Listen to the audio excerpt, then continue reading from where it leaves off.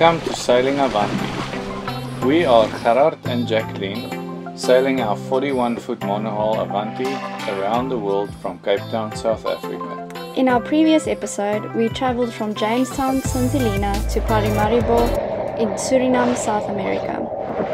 We're busy motoring up the Suriname River, but I think we used the Navionics tide tables. The recommendation is to motor up when the tide flows in, and we are still having a tide flowing out of the river, it seems like, for the last 2 hours or so. So we are really struggling to get up. We're only doing 3 knots speed over ground while we're motoring at about 5 knots. So hopefully it turns soon and we can make some way, some better way, and not only get to the marina at nightfall.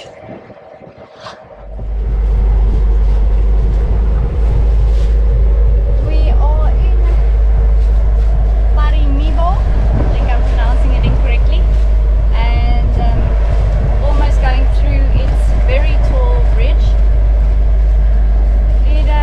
When we saw the height of the bridge, we were a bit confused because we read that it wasn't a very mountainous country, or not a mountainous part of the area that we were coming through, and it is very tall. So I don't know if they were planning on making the river deeper to have larger ships come through, but it's very deep for the riverbed. The riverbed's between 3 and 6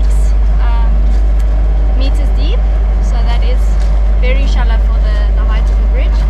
We also have a big shipping container right here, which is very confusing. We finally have the current with us. That was exciting. For about the last 5 nautical miles, the current has been with us. When we started coming in, there was about 2 knots against us. We have about a knot and a half with us at the moment, so that helps with speed. And from this bridge, it should be another 10 nautical miles. Then we'll reach the mooring balls that we need to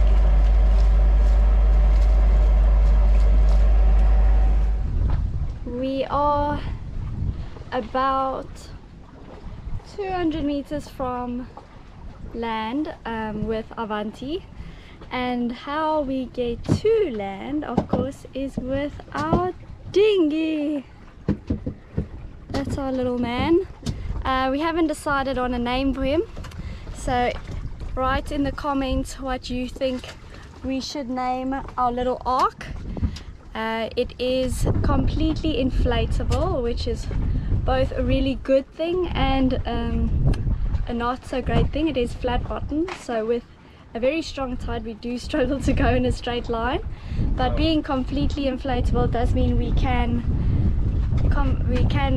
take it down and put it in the lazarette while we're on passage, what does mean a lot less space being used on the deck than some of the other dinghies.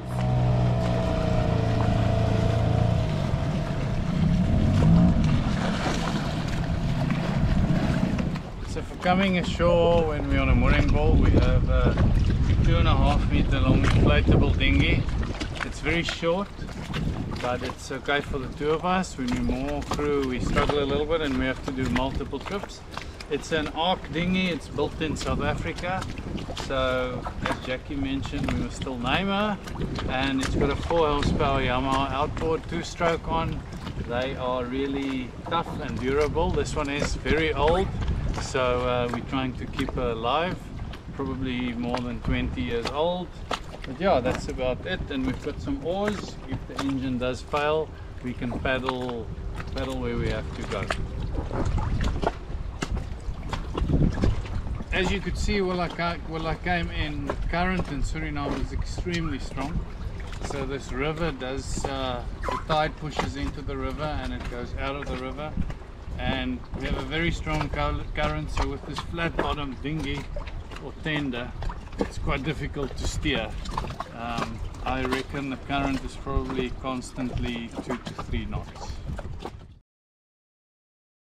Welcome to Domberg Marina, where we were welcomed with a cold beer and a friendly smile instead of a COVID test up our nose. Because we're fully vaccinated and spent 25 days at sea, we did not need a COVID test upon arrival. The facilities at the Domberg Marina is really nice. They've got a bar and a restaurant that operates daily and that serves a very good pizza. A pool to break the Suriname heat in the afternoon, as well as some hot showers. They're also located very central, close to some ATMs, as well as some grocery shops. First shower in 46 days. It was so nice. It's bright and early on our second morning in Suriname, and first day is always full of admin of clearing in, and we trying to do laundry with one broken laundry machine, and after the fourth attempt we decided it's not worth it. So we are starting the boat jobs this morning, washing the deck of all the salt, getting rid of some rust stains that we have on deck. A lot of stainless polishing we have to do. We're going to patch the main, a few other jobs that we'll show you, and then hopefully tomorrow we can start exploring Suriname instead of just doing admin. So while we were doing the crossing between St. Helena and Suriname, we had to reef the main quite a few times, and it seemed we noticed on the crossing already there was a bit of a tear in the main. I think it's where a reefing line chafed against the sail, so it wasn't good on our part how we put the reefing line in. You can see there's a little bit of a tear on the main, but it's at least where there's stitching all around, and it's on a part close to the leech where it's got a bit of a double canvas, so yeah, a bit of sticky tape should sort that out. We've had a major breakdown on Avanti. While we were in St. Helena, the freezer and the fridge, which is a combined setup, started giving a few problems. It started running and tripping, not running continuously. So we tried to keep it alive with buying a bit of ice in St. Helena, but eventually it backed up. So when we bought Avanti, we had a separate compressor for the freezer, which is quite a deep compartment, and we had a compressor for our little fridge, which is quite small. But the fridge compressor was not working, and these marine fridges are very expensive to replace, so I combined the compressor to cool the freezer and the fridge. But I first made the freezer compartment much smaller because we didn't need so much space, and so that the compressor can run the freezer and the fridge. So I just installed a thermostat with a little fan that blew cold air from the freezer compartment to the fridge, and then it switches on and off to keep the fridge on 5 degrees, and that worked like a charm. We tested it for about 2 months before we left Cape Town, and it all seemed fine. But luckily we did buy a camping fridge, which can be a fridge or a freezer, just before sometime before we left, just as a backup, and because we anticipated to buy quite a lot of frozen stuff in South Africa. So eventually I think the controller of the compressor backed up. The compressor just runs for a few minutes and then it switches off. So we had to transfer all our frozen stuff that we had for the passage into the camping fridge, and luckily it all fit. The camping fridge was big enough, so we've been running just off the camping freezer rather all the time without having a fridge. These days we use our fridge now for a storage compartment, and we sometimes do buy ice just to make a bit of a fridge of the old freezer. We might not, we still might fix it. We'll see when we get to some place where somebody can have a look at it. If it's an easy fix, we could maybe sort it out. Otherwise we're just going to buy another camping fridge. They are quite versatile, so then we'll use that as a fridge, and we'll stick with the camping freezer that we have at the moment.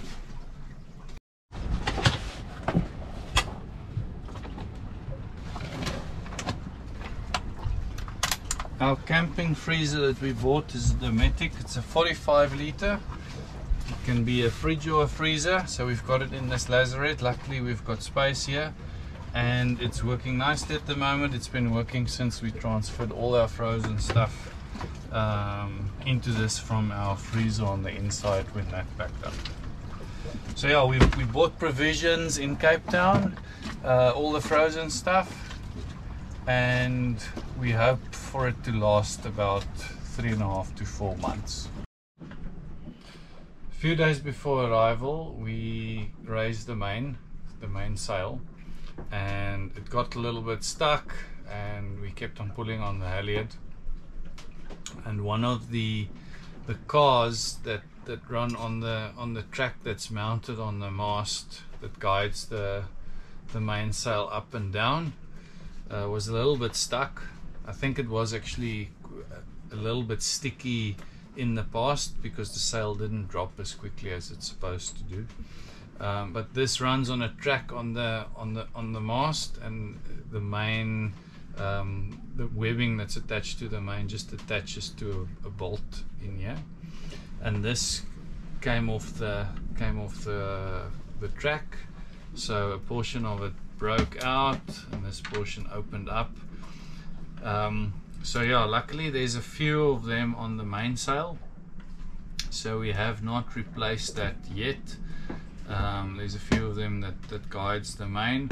I don't have an exact spare of this, unfortunately, but the cars that also run on that track that supports the battens of the mainsail is quite a little bit bigger, and I've decided I'm just going to replace this small one with a batten car and just put a longer bolt through there that supports that attaches to the webbing that attaches to the sail. So, but for now we've decided to sail like that, just with one car missing. We'll put this in as soon as we in a better anchorage, because the roller balls at the back can fall out quite easily, so it's not captive. So you need to be very careful, and you need to take out all the other cars from the mast to put this one back in, so it's quite a delicate operation. While sailing downwind most of the time, we've got our pole out for the genoa, and the genoa sheets do go through the pole claw, and that creates quite a lot of chafe on the sheets, especially if you sail like that for days on end, which we did on the downwind legs. So what we've had to do is we've had to shorten our genoa sheet where there's quite a bit of chafe. You can just do that by just cutting the sheet. So there you can see the chafe that we've had with the genoa sheet go through the pole claw. So we just cut short of the genoa sheet where it goes through the pole, and we just redo the bowline. So not a major issue. The sheets are long enough to do this a few times. So we've had to do that on the starboard and the port side once. After we finish the boat jobs, we finally get a chance to explore this beautiful country. We start by visiting the pepper pot, a first-generation jungle that used to be plantations that was abandoned when the Dutch farmers left the country shortly after Suriname gained their independence. In this area, they mainly grew coffee, cacao and cotton. But the only remains from these plantations are the water canals that was used to transport the crops.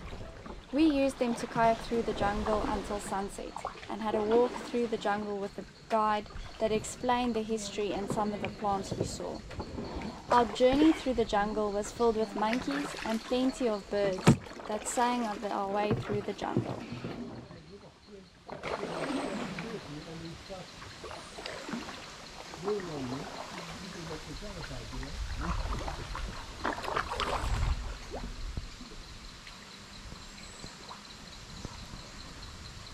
We park our kayaks and take a short walk through the jungle to a viewing point, taking care to walk in the middle of the walkway to avoid the vipers that tend to sit on the edge of the pathway. Taste it. Chew on it. There's a grunt. Is there chameleons in Suriname? No. No chameleons. No. Really? We have a lot of lizard iguanas, but no chameleons. Well, that's high when you're there. Yeah. But this is secondary bush. If you go in the inlands, there are trees. I told you they can get to about 75 to 80 meters. Old growth forest. That's a great forest. And you cannot walk. You see, this is one. You can walk a little bit.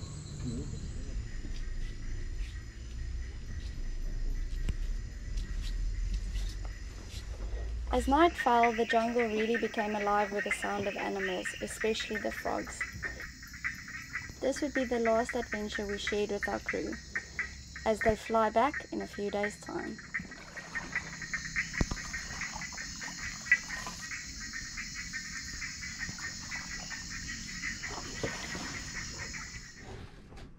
Even though we're on land in Suriname at the moment, our tight budget does mean that we don't eat in restaurants all the time. So what we do for lunch is we'll go to the market, see what fresh veggies or fruits or something we can find.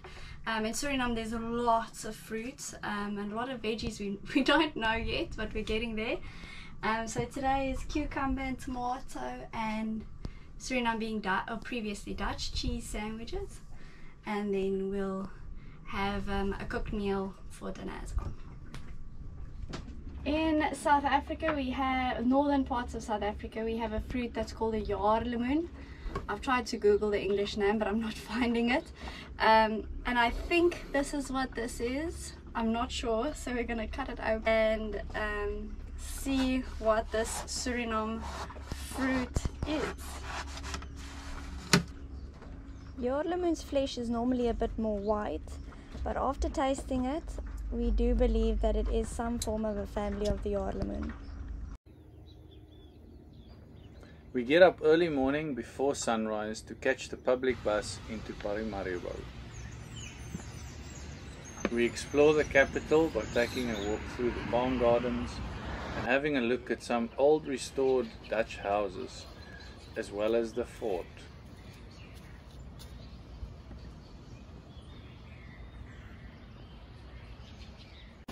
We make our way to the center of the city and have a look at the old wooden pink church. Unfortunately, we could not go inside, but we believe the inside of the church is also decorated completely in wood.